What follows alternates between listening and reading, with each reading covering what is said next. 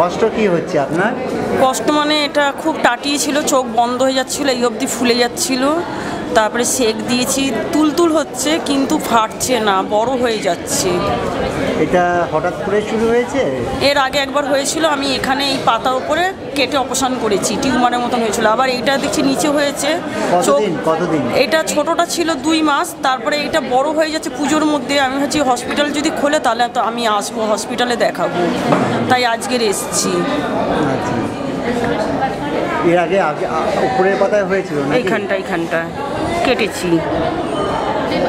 আচ্ছা, দেখুন।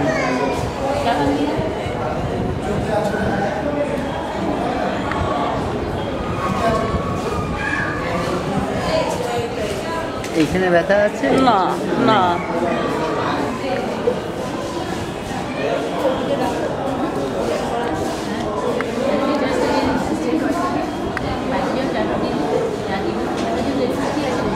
ওষুধ খেয়েছেন এর মধ্যে?